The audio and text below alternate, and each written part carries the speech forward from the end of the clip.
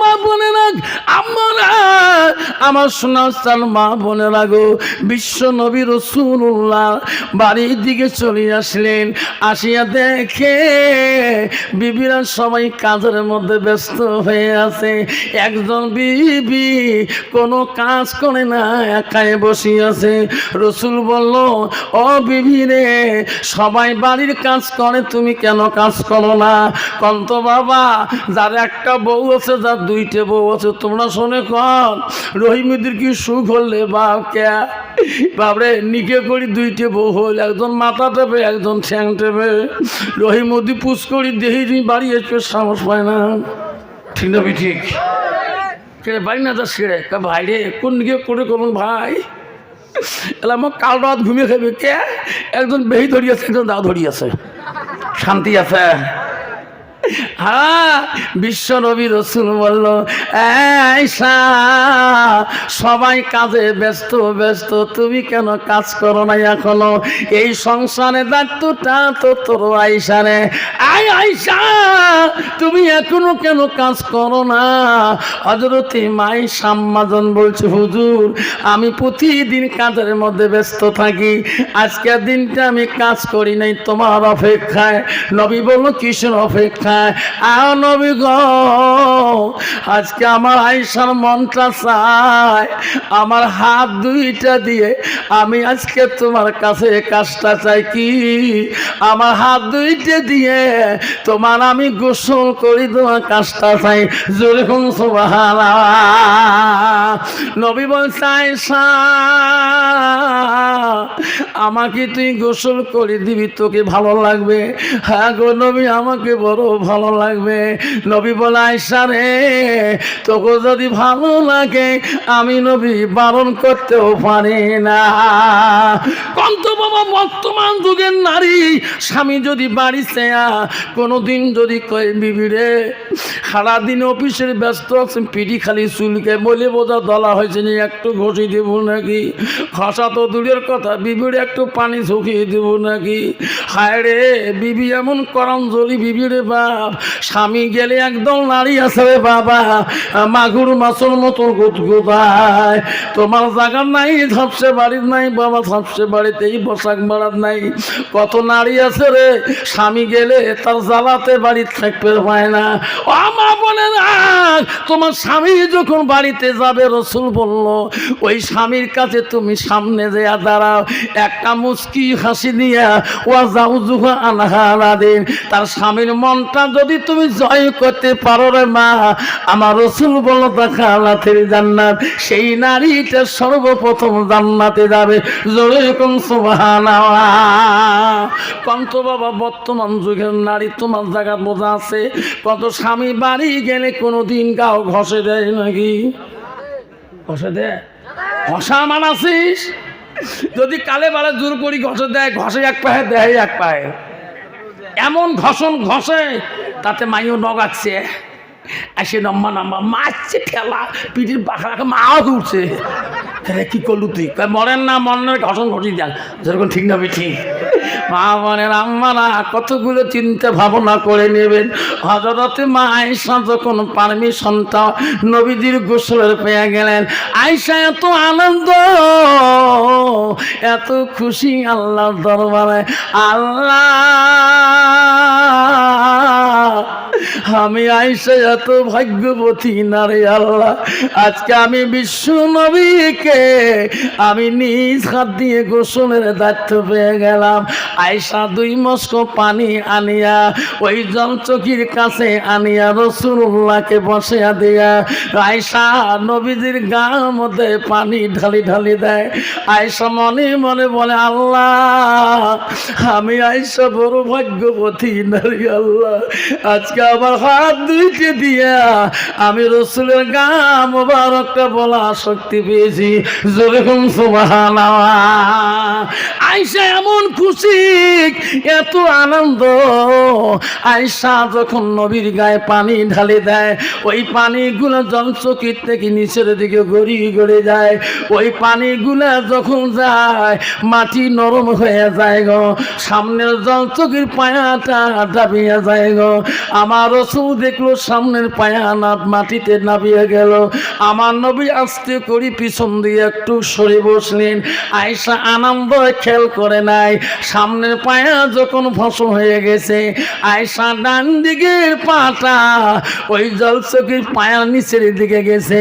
আয়েশা খেয়াল করে নাই, নবীজি যখন দেখলো পিছনটা পায়া দাবিয়ে যায়, আমার নবী তখন সামনের দিকে গিয়ে বসে আগার সাথে বসে সাথে রে আয়েশা আম্মা ধরে ডান দিকের বড় আঙুলটা ওই জলচকির পায়া নিচে আটকিয়ে যায়।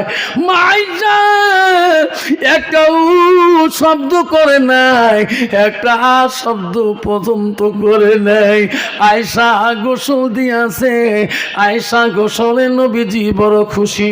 নবী লক্ষ্য করি দেখে রে আমার গোসলের পানি দিয়ে এত রক্তর ঝর্ণা কেন যায়? নবী বলে আয়েশা আমি নবী জীবনে একাই কত গোসল দিয়েছিলাম, কোনদিন আমি আমার গোসলের পানিতে রক্ত দেখি নাই রে আয়েশা। আজকে তুমি আমার গোসল দিতেছ, আমার গোসলের পানি দিয়ে রক্তর ঝর্ণা কেন যায়? আয়েশা কথাও বলে না, খালি গোসল দিয়ে দেয়। নবী বলে রে এত কেন আয়েশা এত আনন্দ, এখন কেন আনন্দ না করে গোসল দেয়? আমার নবীজির মুখটা আয়েশার মুখের দিকে তাকাইয়া দেখা শুরু করলেন। নবী তাকিয়া দেখে রে আয়েশা দুই চোখ দিয়ে পানি ছাড়ি দিয়েছে, বুক ভিজে যায়, তবু রাসূলুল্লাহ গোসল বন্ধ করে না। যেরকম সুবহানাল্লাহ। বিশ্ব নবী রাসূল বলল আয়েশা রে ওরে বড় আয়েশা তুমি এই দায়িত্ব নিজে ইচ্ছা করি তুমি নিয়েছো, আমি নবীজি জোর পূর্বে এই কাজটা দেই নাই, তুমি কেন কাঁদতেছো? আয়েশা তোমার শরীরটা কেন কাঁপতেছে? বিশ্ব নবী সঙ্গে সঙ্গে দাঁড়াইয়া আয়েশাকে পাঞ্জা করে দিয়ে হলো আয়েশা তুমি এত কাঁদতেছো কেন? আয়েশা কেন খুলি বলো না কি হলো তোমার? তখন হযরত আয়েশা আম্মা জান বলে ওগো নবী, ওগো নবী আপনার জীবনে গোসলে কোনো রক্ত দেখেন নাই না, আজকে এটা কোন রক্ত গো নবী আপনি জানেন কি না? আয়েশা জানে না। ওগো নবী আপনার জল চোখের পায়া নিচে আমার ডান দিকের পুরো আঙুলটা এখনো আটটি আছে গো নবী, তোমার শরীরের ভরিতে আমার আঙুলটা পিছিয়ে গেছে, থেতলা হয়ে গেছে। ওগো নবী আমার শরীরে রক্তগুলা এতক্ষণ তোমার গোসলের পানি দিয়ে ঝর্ণার মতন হয়ে গেল। নবী বলছে আয়েশা রে তুমি কি বললি? কেন তুই ও শব্দটা একটু বারো করলি না? আয়েশা তুমি আমার জন্য এত রক্ত কেন কোরবানি করলি? আয়েশা তুমি একটা বার যদি শব্দ করতো আমি রাসূল তো কোনোদিনও কষ্ট দিতাম না। আয়েশা বলছে ওগো নবী আমি আয়েশা বলি গো পায়ে রক্ত তো দূরের কথা, তোমার ভালোবাসায় যদি আমার মুখটাও যদি চিপায় পড়ে যায়, আমার জীবনটাও যদি দিয়ে দেই, তবু আমি আমার জবান দিয়ে আপনার কাছে শব্দটা আমি করব না। মা মনে রেখো আয়েশা জীবনে কত সুখে সংসার নবীকে ভালোবাসছিলেন। মা তুমি নারী জাতি মা, কেন মা তুমি বোঝো না মা? আম্মা রাসূলুল্লাহ বাড়ির দিকে গেলে হযরতে মা আয়েশা নবীজি না ঘুমা পর্যন্ত আয়েশা ঘুমায় না। আমার সোনার নবী ঘুমাইবে রে, মা আয়েশা তারপরে ঘুমাইবে। মা বাড়িতে যে কিতাব তাফসীর গুলো খুলে দেখবেন, মা আয়েশা দেখলো নবীজি ঘুমিয়ে গেল। আয়েশা তার তারপরে ঘুমাইবে। আয়েশা ঘুমিয়ে গেল। কিতাবে আছে ওই দিন নবীর ঘরে মোম লাগা ছিল গো, ফল ফলা আলো হয়ে আছে। আয়েশা নবীকে এত ভালোবাসে, নবীজি ঘুমাইলে আয়েশা ঘুমিয়ে যাবে। আয়েশা দেখলো সোনার নবীজি ঘুমিয়ে গেলেন। আয়েশা কিছুক্ষণ পরে ঘুমিয়ে গেলেন।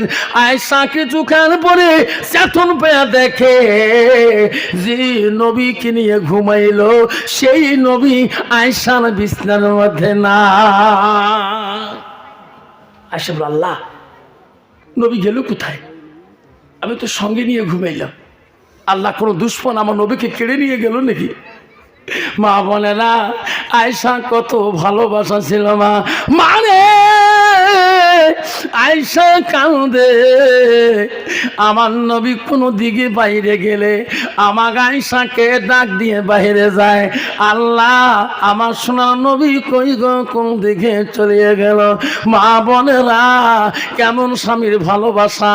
আম্মা আয়েশা যখন পৃথিবীর জমিনে দেখিয়া দিয়ে গেলেন, আয়েশা সারা রাত্রি পর্যন্ত আয়েশা চোখের পানি বন্ধ হয় না। ওগো মাবুদ, আমার সোনার নবী কোথায় গেল? আমার সোনার নবী কোনো দুশ্মন কোনো ক্ষতি করলো নাকি? আয়েশা ভাবে রে, আমার সোনার নবীজি কারো বাড়িতে যাবে না, আমার সোনার নবীজি মসজিদ ছাড়া কারো বাড়িতে নবী যায় না। আয়েশা চিন্তায় পড়লেন, মসজিদের দিকে খবর নেওয়ার চেষ্টা করলেন। হায় রে, আয়েশা চোখের পানি বন্ধ হয় না।